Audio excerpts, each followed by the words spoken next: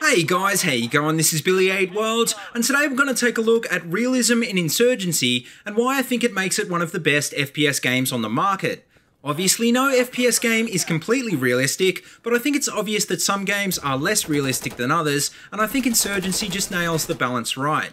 I've noticed lately I'm becoming more of a tactical shooter fan, which is weird considering I used to play games like Quake and Unreal Tournament back in the day.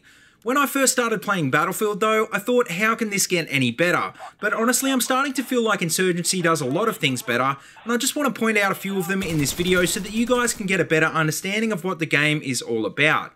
But anyway, the most important aspect of any game when it comes to realism, before even the core gameplay mechanics, is the theme. For years, franchises like COD and Battlefield have been slowly moving away from realistic themes, and even though BF4 has real weapons and gear, it certainly doesn't stick to a realistic setting or plot. I think AAA developers tend to create fictional settings because ultimately they're trying not to offend people, and as we saw with the release of BF4, offending countries like China can mean losing a lot of revenue. Insurgency, on the other hand, definitely focuses on the real war on terror, and while it's not maybe as realistic as Medal of Honor was, you definitely feel like you're fighting an appropriate enemy rather than just generic super soldiers. One of the features in Insurgency that I've spoken about a lot before is the faction-based weapon system with appropriate weapons locked to either the security or the insurgent teams. The security team has access to modern weapons, whereas the insurgent team has access to older weapons, including the AKM, FAL, and even the Mosin Nagant and MP40. Each team has its own distinct advantages, and it does change your playstyle a fair bit depending on what team you're playing on. For example, when I'm playing security, I tend to play mid-range support with the EBR, but when I'm playing insurgents, I might run with the AKM or the AKS-74U and load up with a whole bunch of gear to get in a bit closer. Another big difference between Insurgency and other FPS games is the realistic weapon, health, and suppression mechanics that really make you think twice about what you're trying to do. You can run and gun in this game, but more often than not, loading up with a few smoke grenades and using cover to approach objectives will help you be a lot more effective. Weapons in Insurgency are a guaranteed 1 or 2 hit kill to the head of the chest, and even if you miss, they kick in the suppression mechanic, which absolutely destroys an opponent's accuracy. This means that guns like LMGs can actually be effectively used for suppressive fire, and it also means avoiding getting shot in the first place is usually much more important than having fast reactions.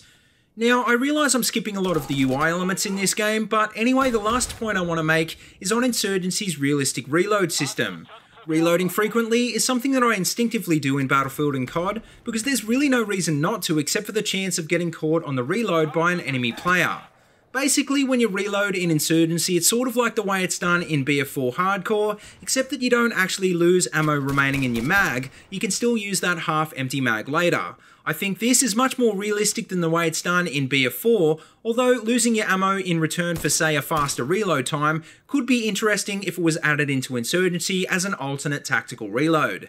But anyway, when you compare Insurgency to BF4, which has a fairly slow time to kill by comparison, in BF4 you can get away with a lot more stupid mistakes, and this doesn't seem realistic at all. What's more is that the majority of the BF4 community complains about suppression and fast time to kill, and it's obvious that if the devs are going to do anything, it's continue to make these games less realistic.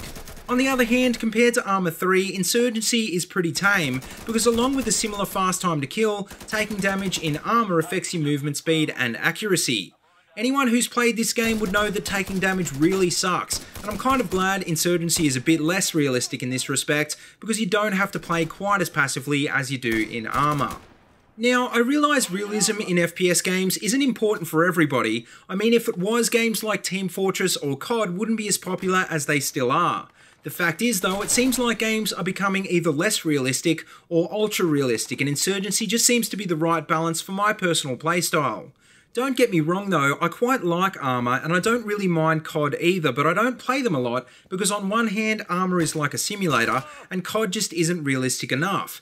Insurgency is in that middle ground between these games, so if you feel the way that I do, you might want to check this one out because it might just be what you're looking for.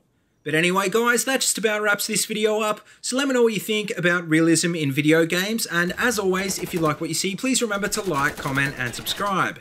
If you haven't already, please check out all my other Insurgency videos. I've got them all linked in a playlist in the description below. And until next time, see you later and have a good one.